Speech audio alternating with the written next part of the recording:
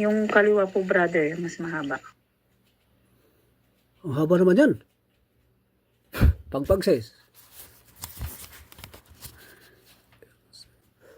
Kaya gagaling ka na. Wala. Basta pagpag mo lang.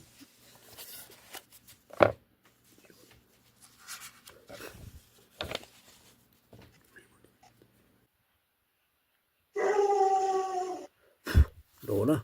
Mahal na.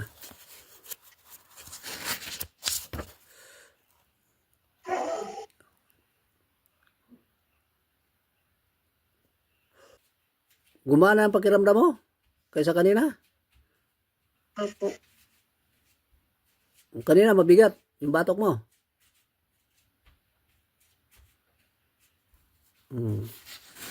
Wala na yan. Sige, pagpag lang. Yung anxiety mo, ano yan? Demonyo yan eh. Makatulog ka ba? Pag madaling araw? Opo, madaling araw na po. Madaling araw ka na makatulog? Opo, nung hindi po ako minom ng gamot. Balisa ka? Opo. Wag mo munang inumin yung ano ha, yung ni pinainom mo. Lumala ba yung pinainom yung gamot sa'yo? Opo. Wag mo nang, kung lumala, wag mo na talagang ano yun. Kasi pag spiritual yung sakit, tapos uminom ka nun, hindi kailangan ng katawan mo yun. So, magkasakit ka talaga. So, wag mo na yung gamitin. Yung tubig na lang ibibigay ko, yun na lang yung inumin mo. Gaan pakiramdam mo? Yung ulo mo, magaan na rin. Sa ngalan, in Jesus' name, dilat. Yan.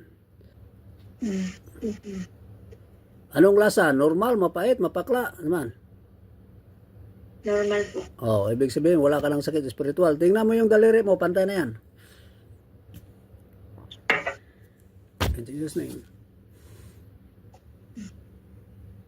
Ano? Okay na lang. Pantay na po, brother. Patingin sa akin. Walang iya ang kanina. Mahaba yung kanina, di ba? Opo. Haba kanina. O talagang mahaba. Ngayon, pumantay.